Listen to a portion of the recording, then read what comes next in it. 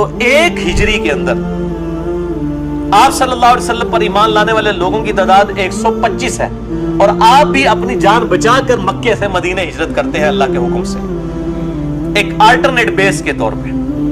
یہ ایک ہجری کا واقعہ۔ 2 ہجری کے اندر غزوہ بدر ہوتا ہے، 3 ہجری کے اندر غزوہ احد، 5 ہجری کے اندر غزوہ خندق، 6 ہجری کے اندر صلح حدیبیہ اور عرب کے لوگوں نے ایز اے پاور آپ کو تسلیم کر لیا، 7 ہجری کے اندر غزوہ خیبر، 8 ہجری کے اندر فتح مکہ، اور 8 ہجری میں غزوہ حنین جو آخری فیصلہ کن جنگ تھی مشرکین عرب کے خلاف، عرب میں غلبہ۔ 9 ہجری کے اندر غزوہ تبوک کے لیے 30,000 جانثار صحابہ کے ساتھ آپ صلی اللہ علیہ وآلہ وسلم 1.5 لاکھ کی رومن امپائر کی فوج کے ساتھ ٹکرانے کے لیے بنفس نفیس خود تشریف لے گئے تبوک کے مقام پہ، اور رومن امپائر کا ہیڈ 1.5 لاکھ فوج لے کے پہلے ہی بیٹھا ہوا تھا بدماشی کے ساتھ۔ آپ کو پتا چلا آپ جب پہنچے تو آپ کے آنے سے پہلے ہی پیچھے بھاگ گیا، ورنہ یرموک وہیں ہو گئی تھی۔ سیدنا عمر تک یرموک کا معاملہ چلنا ہی نہیں تھا۔ آپ صلی اللہ علیہ وسلم 40 دن تک وہاں رہے، قریب کے عرب قبائل کے ساتھ آپ نے معاہدے کیے کہ یا تو نیوٹرل ہوگے یا ہمارا ساتھ دوگے۔ پھر آپ سے دنیا سے چلے گئے، فوراً ہی عرب قبائل مرتد ہو گئے، 3 جھوٹے پیغمبر مقابلے پہ آگے، اپنی اپنی فوجیں بنا لی، اتنے محاذوں کے اوپر سیدنا ابوبکر نے اکیلے جنگ کھول لی۔ 2.5 سال کے اندر سیدنا ابوبکر صدیق رضی اللہ تعالیٰ عنہ علیہ السلام نے یہ سارے فتنوں کا خاتمہ کر دیا۔ پھر سیدنا عمر کا دور آیا۔ سیدنا ابوبکر کے دور میں عراق کا کافی حصہ جو پرشین امپائر اہل فارس کے پاس تھا مسلمان فتح کر چکے تھے۔ پھر سیدنا عمر کے دور میں شروع کے 3-4 سالوں کے اندر ہی پہلے جنگ یرموک ہوئی اور رومن امپائر ایسے ٹکڑے ٹکڑے ہوئی، اور اس کی وہ آپ سمجھ لیں کہ زور ٹوٹا۔ اس کے بعد پرشین امپائر کے ساتھ جنگ قادسیہ فیصلہ کن جنگ 4 دن تک ہوئی، 8,500 مسلمان شہید ہوئے۔ ہاتھی لے کے آگے پرشین امپائر کے لوگ، مسلمانوں نے اپنے گھوڑے جو بھاگ جاتے تھے ان ہاتھیوں کو دیکھ کے، اپنے گھوڑے واپس بیچ کے پیدل جا کے ان ہاتھیوں کو گرایا بنو تمیم کے لوگوں نے۔ 8,500 مسلمانوں کی قربانی سے قادسیہ میں مسلمانوں کو ایسی فتح ہوئی کہ پوری پرشین امپائر مسلمانوں کے پاس آ گئی۔ اور رومن امپائر جو یرموک کے بعد دبکی ہوئی تھی، جب انہوں نے دیکھا قادسیہ مسلمانوں نے ون کر لی ہے، پرشین امپائر جو اتنی ٹف ہے ان کو انہوں نے ہرا دیا ہے، فوراً رومن امپائر نے اپنا سفیر بھیج دیا کہ ہم جزیہ دینے کے لیے آمادہ ہیں، ہمارے جو ملک جتنے ہمارے پاس رہ گئے وہ ہمارے پاس رہنے دیں۔ یہ عمر سیریز کے اندر ساری چیزیں انہوں نے فلمائی ہوئی ہیں۔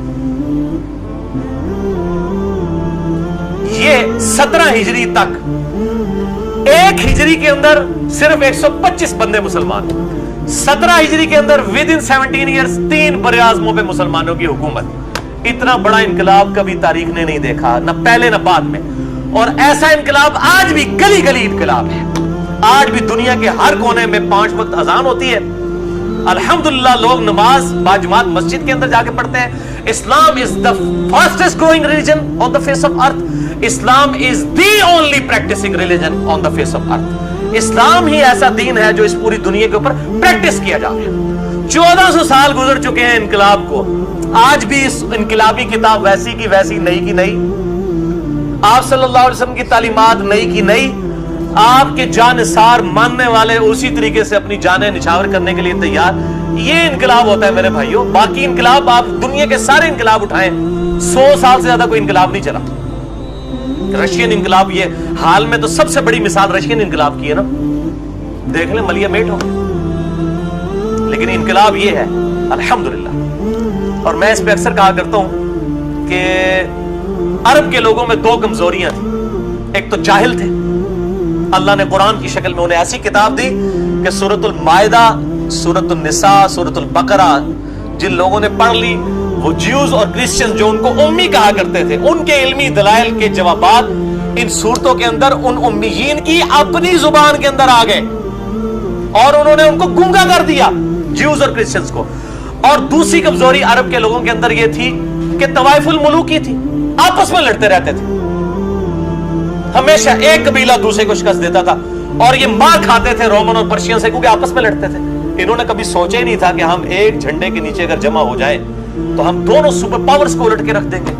اللہ نے پھر قرآن دیا، علم دیا، اور نمبر 2 ان کو یونٹی کے لیے بانڈ چاہیے تھا۔ اپنے محبوب محمد رسول اللہ صلی اللہ علیہ وآلہ وسلم کو ما کان محمد ابا احد من رجالکم ولکن رسول اللہ وخاتم النبیین، آپ صلی اللہ علیہ وسلم کو خاتم اور خاتم بنا کر بھیجا، الحمدللہ۔ اور وہ لیڈر ان کو مل گیا کہ جس نے ان سب کو جو آپس میں پہلے لڑتے رہتے تھے بھائی بھائی بنا دیا، اور پھر ایسی وہ طاقت جمع ہوئی کہ آپ صلی اللہ علیہ وسلم تو دنیا سے چلے گئے، اتنے عرب قبائل بھی مرتد ہو گئے، وہ بھی اللہ تعالیٰ نے دکھایا کہ یہ فتح اللہ کی مدد سے ہوتی ہے، ورنہ جس طرح عرب قبائل مرتد ہوئے تھے، یہ کسی نے سوچا تھا کہ یہ رومن اور پرشین امپائر مسلمان گرائیں گے؟ ان کے تو اپنے ملک کے اندر حکومت کرنا مشکل ہو گئی تھی، لیکن جب سیدنا ابوبکر نے اپنی استقامت دکھائی اور آہستہ آہستہ فتوحات شروع ہوئی تو باقی سب قبیلے پھر واپس اسلام میں آ گئے۔ انہوں نے کہا لگتا ہے کہ آپ کو واقعی کوئی شکست نہیں دے سکتا، اللہ کی غیبی مدد آپ کے ساتھ ہے، الحمدللہ۔